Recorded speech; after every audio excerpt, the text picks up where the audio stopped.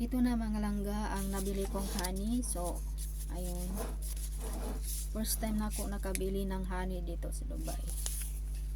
So bili na ko siya ay 20 dirham, 19 dirham, 0.99 dirham. So pure honey to siya. So galing to siya sa ano to, Hakim Bashi honey. So pure nga honey siya. Natural honey. Nabili ko to siya sa ano, sa dun sa Delta sa Al Riga. So ito ang iyahang laman. So original siya. So may ano pa siya sa loob. Ayan. May ano pa siya sa B. Ayun. Dun sa Carrefour kasi nagtingin ako doon. So mahal doon kasi, tapos hindi original lang iba. Ito parang original ata to siya, parang original to siya, pure na honey ko to talaga. Ayun, buksan ko siya. So makita natin to. So ayun, pure honey siya mga langga.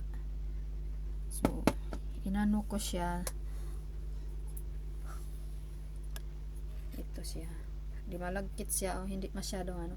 May iba kasi nga hinahaluan ng sugar. Ito yung ano niya, yung laman niya matamis siya, grabe. So ito, dalawa lang sila, dalawa na to siya nga ano doon. So bibilhin ko sana lahat yung dalawa kasi nga yun lang ang natira doon. Kaso hindi ka na kasya yung ano, nagtitipid muna tayo. So baka sa susunod pagbalik ko doon meron na naman sila, kasi nga pag mag-offer talaga sila, one time lang sila ano, tapos iba na naman yung produkto nga ilahang i-offer doon. So yun lang. So bihira lang kasi kayo makabili ng ganito dito, kasi nga kadalasan kasi yung mga honey dito ay natural honey nga, may halo na siyang sugar. Pag iano mo siya, pag matagalan makita mo na yung sugar pag nalamigan na. So doon mo makikita nga hinahaluan pala ng sugar yung honey.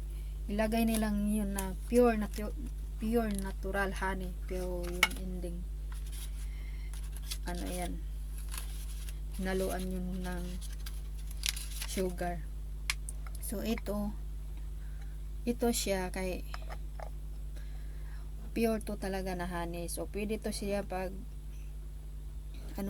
may ubo kayo, pwede to niyo ihalo sa lemon, ginger. So magpakulo lang kayo ng ginger, tapos lagyan nyo ng lemon at saka honey.